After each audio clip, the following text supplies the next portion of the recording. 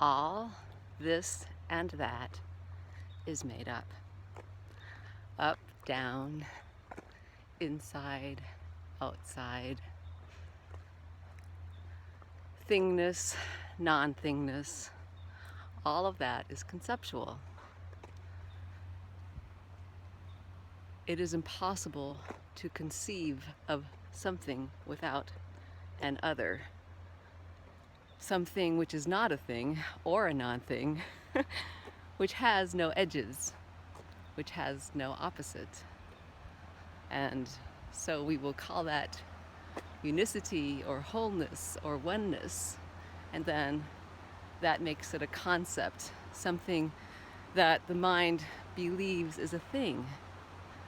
And all of this and that is created by the brain's thought stream of learned, shared words, like a razor of thought that seems to divide what is going on, which has no edges or split or division anywhere, into separate bits, into separate packages.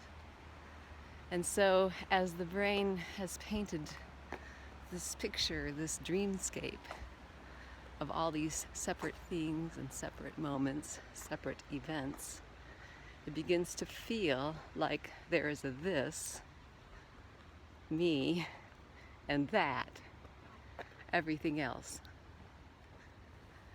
And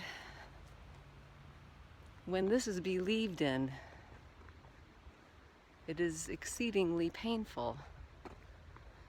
And for some, it is downright terribly painful.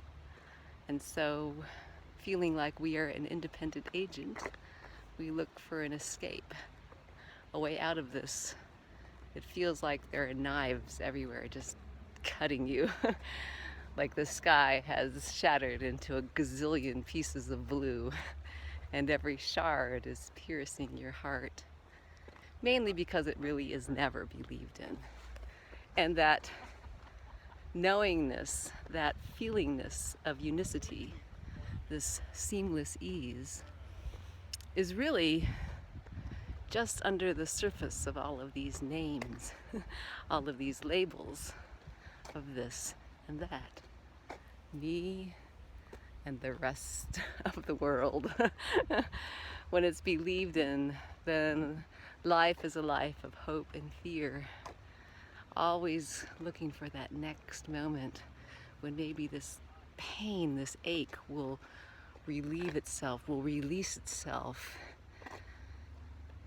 And we have glimpses of this seemingly when we're not there. And so we'll try to do anything anything to get it back. And we read about it and we know that it's true because somewhere it resonates within us when we read someone else's words as they describe it.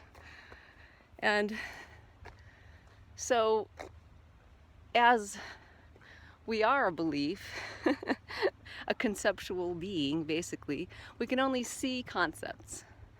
Whereas this unicity, this feeling of seamless ease, of sublime quiescence, is intuited, it's felt, and it cannot be described ever. There are no words for it. All the words are more concepts. So basically, if you are this belief in separation, then you long for these other concepts. So you are an idea looking for these other ideas. And as an idea, there is nothing that you can or cannot do to erase this belief. And it can erase itself. And it happens without any effort or non-effort. And it happens all by itself, just like all of life. Awakening happens all by itself. And here it was totally unexpected. And actually, I'd never heard that there were no things. I was just washing a stove. I had a rag, a yellow rag in my hand, and I had the knob off the stove, you know, like you do, so you can clean underneath it. And suddenly, my hand became the rag, became the knob, became the space, became the stove. And I was just so utterly amazed because it is beyond belief, beyond expectations, beyond imagination. And I thought, well, surely if I'm not doing life anymore, then my body should be crumpling to the floor or I should be peeing my pants. Because I wasn't doing life, and all my life for 50 years it had felt effortful. Every moment was like an effort that I had to do something in order to be, in order to feel, in order to act, in order to think. I felt separate from life.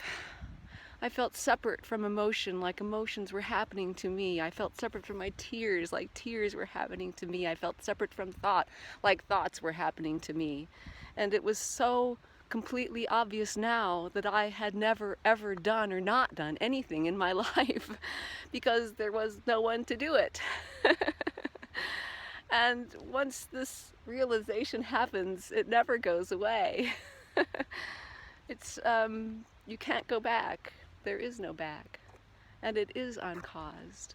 And all efforting or trying to not effort to make this happen only perpetuates the illusion that there is a you who can do something. And this is a most painful illusion. So I'm not saying stop doing anything. And I'm not saying do a bunch of things. I'm not saying anything. There are no directions. There is no path to nowhere.